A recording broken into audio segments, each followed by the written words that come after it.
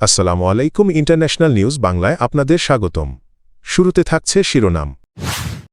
যুক্তরাষ্ট্র ইসরায়েলের উদ্দেশ্যে মোস্তফা খামেনির নতুন বার্তা। ভিজিট ভিসায় হজ বন্ধ করল সৌদি জরিমানসহ একগুচ্ছ নতুন নির্দেশনা। লেবাননকে ভাগ করতে গাজা মডেল প্রয়োগ করছে ইসরায়েল, আলোচনায় হলুদ রেখা। যুক্তরাষ্ট্রের সঙ্গে চুক্তি অনেক দূরে, ইরানি স্পিকার। ইসলামাবাদে যুদ্ধ বন্ধের আলোচনায় বসতে পারেন ট্রাম্প। হরমুজ প্রণালীকে ঘিরে নতুন করে উত্তেজনা বাড়ার ইঙ্গিত দিয়েছেন ইরানের সর্বোচ্চ নেতা মোজতবা আলী খামেনি।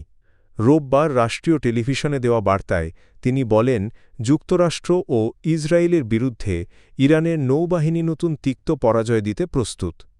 এর আগে ইরানের পার্লামেন্ট স্পিকার মোহাম্মদ বাঘের গালিবাফও সতর্ক করে বলেন যে কোনো সময় আবার যুদ্ধ শুরু হতে পারে। এদিকে মার্কিন প্রেসিডেন্ট ডোনাল্ড ট্রাম্প পরিস্থিতি দ্রুত স্বাভাবিক হওয়ার আশা প্রকাশ করলেও এখনও আলোচনায় উল্লেখযোগ্য অগ্রগতি দেখা যায়নি। অন্যদিকে সম্ভাব্য যুদ্ধবিরতি ভেঙে পড়ার আশঙ্কায় ইসরায়েল তাদের সেনাবাহিনীকে সর্বোচ্চ সতর্ক অবস্থায় রেখেছে বলে দেশটির গণমাধ্যম জানিয়েছে।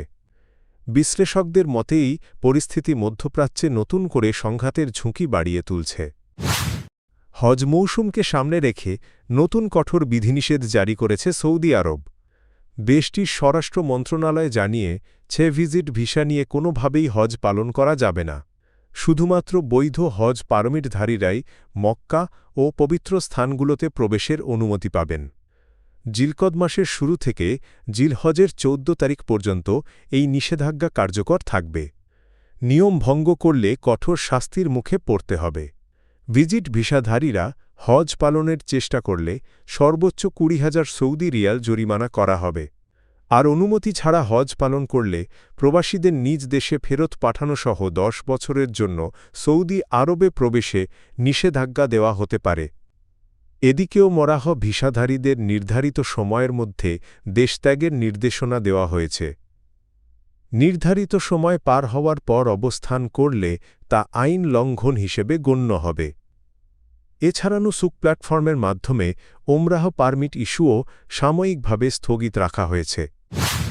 গাজায় ব্যবহৃত বিতর্কিত ইয়েলো লাইন নীতি এবার দক্ষিণ লেবাননেও প্রয়োগ শুরু করেছে ইসরায়েল।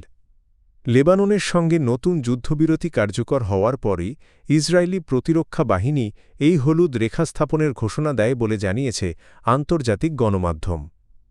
ইসরায়েলের দাবি, এই সীমানা নির্ধারণের উদ্দেশ্য হল সন্ত্রাসী অনুপ্রবেশ ঠেকানো। আইডিএফ জানায়, গত ২৪ ঘণ্টায় এই রেখা অতিক্রম করে তাদের অবস্থানের দিকে এগিয়ে আসায় কয়েকজনের ওপর হামলা চালানো হয়েছে। উল্লেখ্য, গাজা উপত্যকায় একই ধরনের ইয়েলো লাইন ব্যবস্থার মাধ্যমে অঞ্চল ভাগ করে ফিলিস্তিনিদের চলাচলে কঠোর নিয়ন্ত্রণ আরোপ করা হয়েছে। বিশ্লেষকদের মতে এই পদক্ষেপ দক্ষিণ লেবাননে উত্তেজনা আরও বাড়িয়ে দিতে পারে। যুক্তরাষ্ট্রের সঙ্গে চলমান যুদ্ধ পরিস্থিতি নিয়ে আলোচনায় কিছু অগ্রগতি হয়েছে বলে জানিয়েছেন ইরানের পার্লামেন্ট স্পিকার মোহাম্মদ বাঘের গালিবাফ। জাতীয় টেলিভিশনে দেওয়া ভাষণে তিনি বলেন, আলোচনা এগোলেও এখনও চূড়ান্ত কোনো চুক্তির কাছাকাছি পৌঁছানো যায়নি। তার ভাষায়, আমরা এখনও চূড়ান্ত পর্যায়ের আলোচনার কাছাকাছি নই।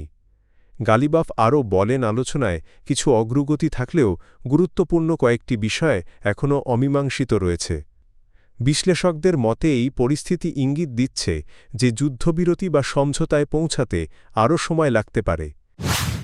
যুক্তরাষ্ট্র ও ইরানের মধ্যে চলমান যুদ্ধবিরতি ঘিরে নতুন করে আলোচনার সম্ভাবনার কথা জানিয়েছেন মার্কিন প্রেসিডেন্ট ডোনাল্ড ট্রাম্প। তিনি বলেন, পাকিস্তানের রাজধানী ইসলামাবাদে চলতি সপ্তাহান্তেই দুই দেশের প্রতিনিধিরা আবার সংলাপে বসতে পারেন।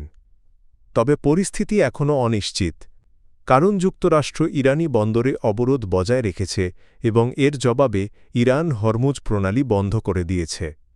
বিশ্লেষকদের মতে এই পাল্টাপাল্টি পদক্ষেপ আলোচনার অগ্রগতি বাধাগ্রস্ত করতে পারে।